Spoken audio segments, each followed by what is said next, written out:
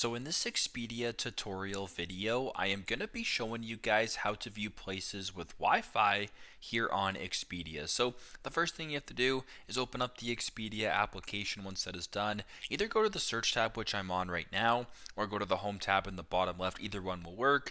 Go to search right here and then press on stays. For me, it's in the top left. Now, once you're on the Stays tab, you have to select your location. So for this example, I will just press New York City right here, and then I will press on search at the bottom. Now, once this is loaded right here, you have listings right in front of you. If you go to the top left and press on the filters icon, so it's right beside popular, press on the filters icon to get the drop down. Once you're here under sort and filters, simply just scroll down until you come across the amenities tab right here. And then where it says Wi-Fi included, simply make sure that is selected right here. Then go to the bottom and press on the blue done button.